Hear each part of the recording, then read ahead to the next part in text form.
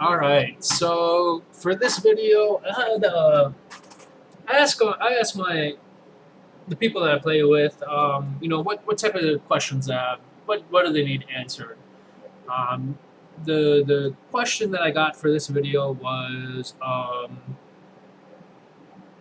as a defensive, essentially a trap account. Should you have tier 3 troops? Um, You know, the main thing was what type of troops you want to have, and what the differences are for them. And so for me personally, I like having meat. I do not like the play style of just having tier 3s and tier 4s. I do understand why people play that way.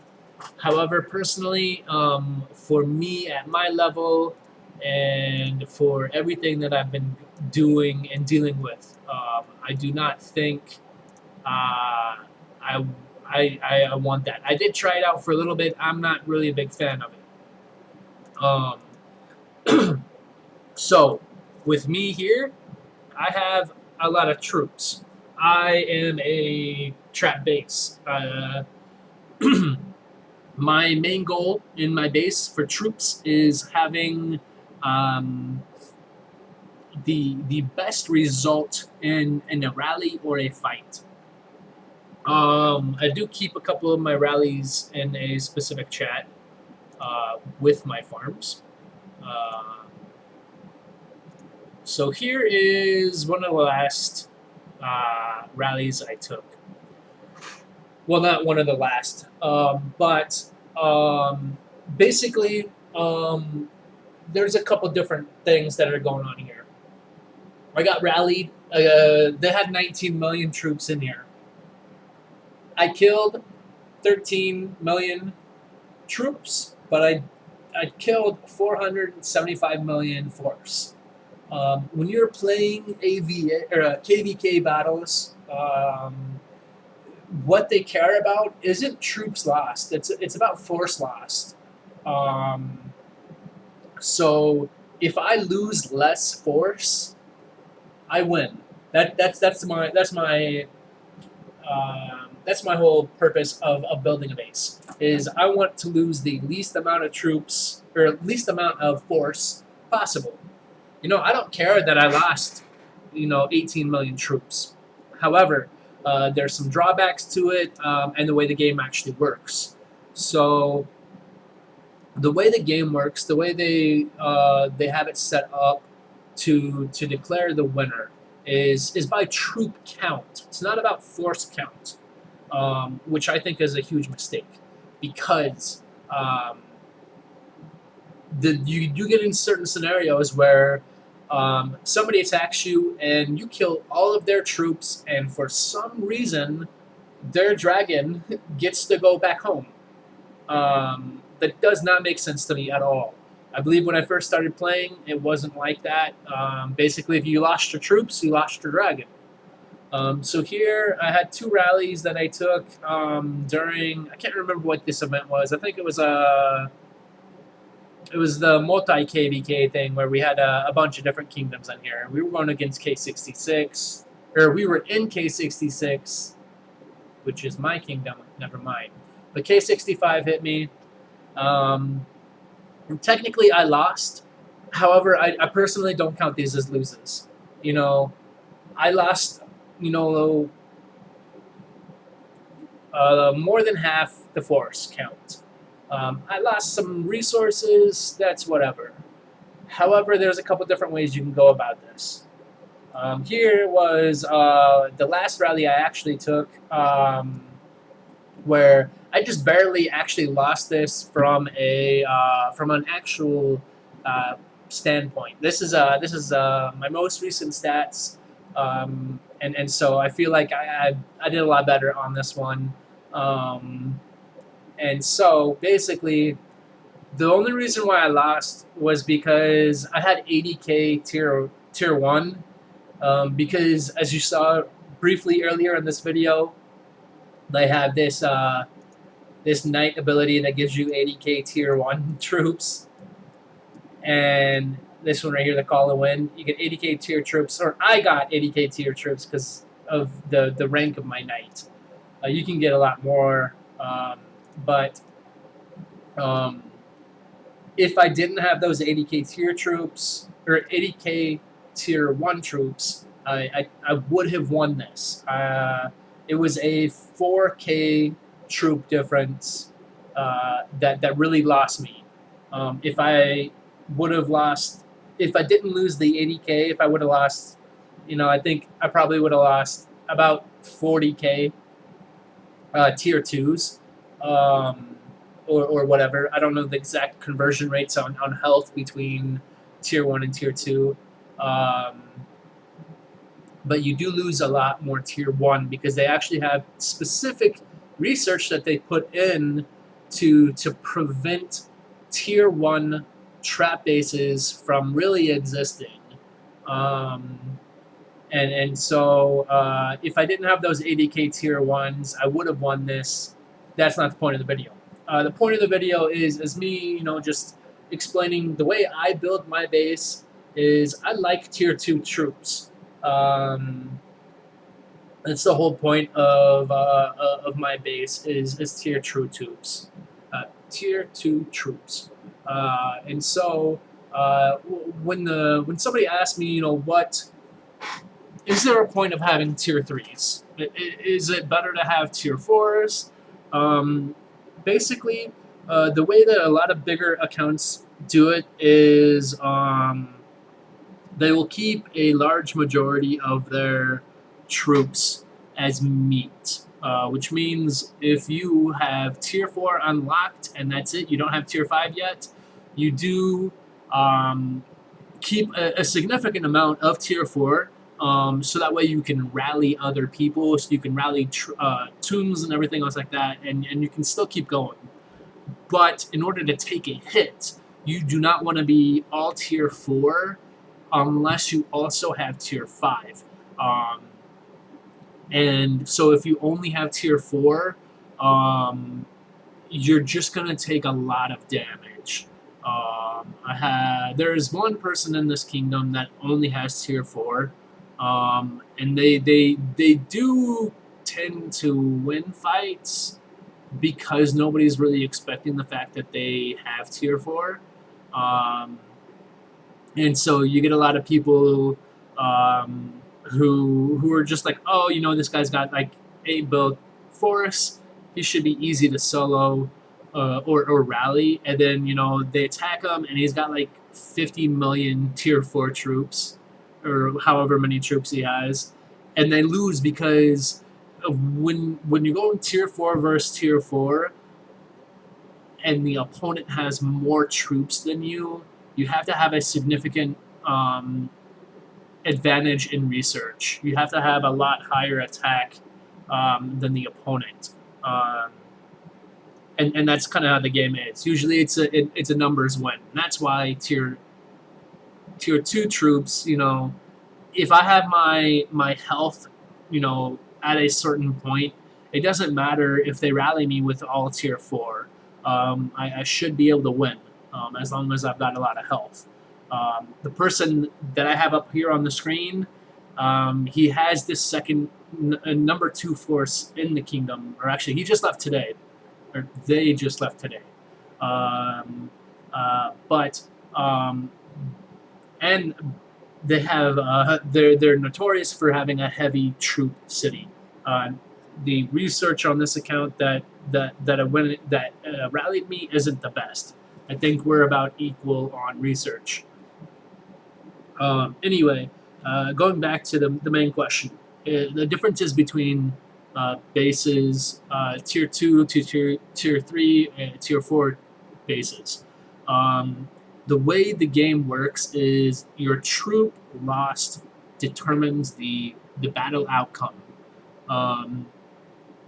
If you do not have tier 2 troops, you should win most rallies unless your research is garbage. The reason why I have tier troops isn't necessarily to win. It's to come out with the advantage in force killed. In this fight that I have up, I was way over the in that category, um, and so that's why I have tier two. If you have tier three or higher, your main thing is to cap the dragon, to capture the dragon. That's going to prevent um, the opponent from rallying again, unless it's a suicide potion. And so, basically, if you see people lose, um, once you get to a certain point in troops, you can still win a fight, even if you're way below in research in actual raw stats. Um, so basically, the question that was asked was, um, you know, what troops do I go? And my answer is, it's your play style. How do you want to play? Do you want to be a filler for rallies? Then typically you want to have a bunch, just a bunch of high tier troops. That way you can continue to help out your rallies. You don't really worry too much about what your defense is, because that's not what your main goal is. You are stating you want to be a support. You want to help rallies and be a filler. You don't want you can't really be a filler and a trap base, because with the trap base you want to keep your force low so people will attack you. If your force is really high because you got 100 mil tier 4, um, then people aren't going to want to rally you unless it's somebody who's super confident in their rally stats and has the people there to back them up. So it's just based off of your play style. I play a trap account, so I have a high troop count. That's my play style. If you want to play a capture base, you typically have high tier troops, but a lot of them, or not necessarily a lot of them, but you have high research. So that's the style you're dictating for yourself. If you want to be a rally lead, typically the only way I've seen those built is if you have super high research and very low troop count, just essentially enough to lead the rally with a full march, and that's about it. So you don't necessarily worry too much in certain other roles about how your actual defense is. Um, if you want to play a solo hit account, basically I think the only way, I haven't seen a whole lot of those. Usually you have rally leads, you have fillers, and you have trap accounts. Those are the main three that I've actually seen. And so, with trap accounts, you can do it any way you want. You can do tier 1 traps, but I wouldn't really recommend it because they kind of broke it. So what they did was they went in and put a research in here. I believe it was in progressive research in March. Yeah, the very, very first tier in here reduces tier 1 troop defense, which was huge when it came out, because essentially it just killed it. You lose 100% defense on your tier 1 troops, and you're basically gutted, especially because people, like, you were already pretty far on the disadvantage portion. Um, because tier 1s are much, much weaker than tier 3s and tier 4s. And they put this research in before tier 5 troops came out, so it's only even worse. And so I didn't even realize tier 1 traps were a thing until I heard somebody in Kingdom Chat the other day talk about how they built a tier 1 trap just for shits and giggles. And I mean, it's still a thing, and it still kind of serves its purpose about making sure that you are losing the least amount of force for the wins. However, because of that, I don't think you can actually capture a dragon. just because the whole way the fight mechanics actually work. If you are building a tier 1 or a tier 2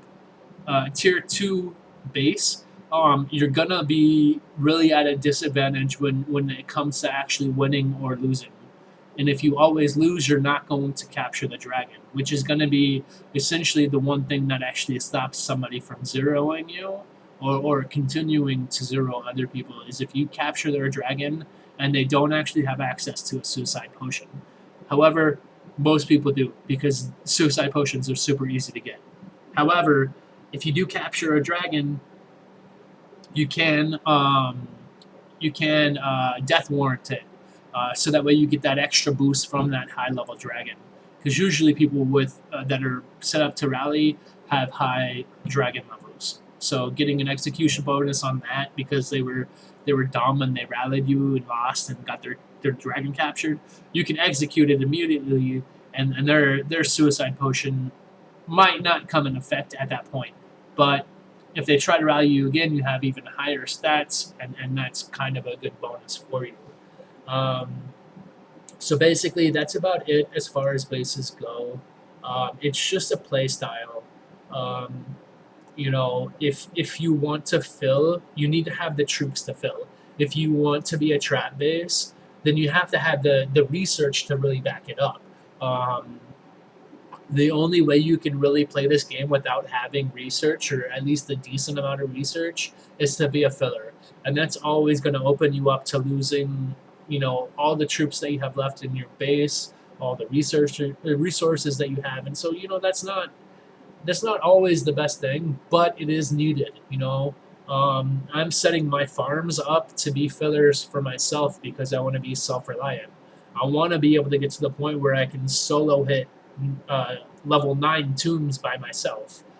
Right now, I think I can do 5s. I haven't tried out 6s yet, because I don't have a full rally of tier 4s yet, because my farms haven't actually trained or promoted my tier 3s yet. But it's gonna next training event. By the time that training event rolls around, I should have enough resources to get all my farms promoted up to tier 4s, and then I should be able to start to really actually have a lot of fun getting some of these high level tombs down. But that's about it as far as different types of bases go. It is play style. If you want to play the game a specific way, then do it. Just because somebody says no doesn't mean you can't do it. It's just how you want to play. You're the one who's dictating how much time, how much investment you're putting into this game. Play what you want. You can get, if somebody tells you that something that you're doing is bad, you should take it into account. But you shouldn't be like, oh, these other people are losing because they have tier 2 or tier 1 troops. Then yeah, but it's not, just because they're losing doesn't mean you're going to lose. It's all based off of who has the higher research, who has the better, attack bonuses and everything else like that. So just because somebody else is losing doesn't mean you are going to lose. It just means that you need to put in more effort than the other person is in order to successfully implement that specific playstyle. So anyway, this is the second video for today. Like I said in all my videos, if you have questions, if you want to know a specific playstyle, I will tell you as much as I know, so that way you can enjoy this game, hopefully as much as I do, and as much as other people do. So leave a comment. Outside of that, have a good day.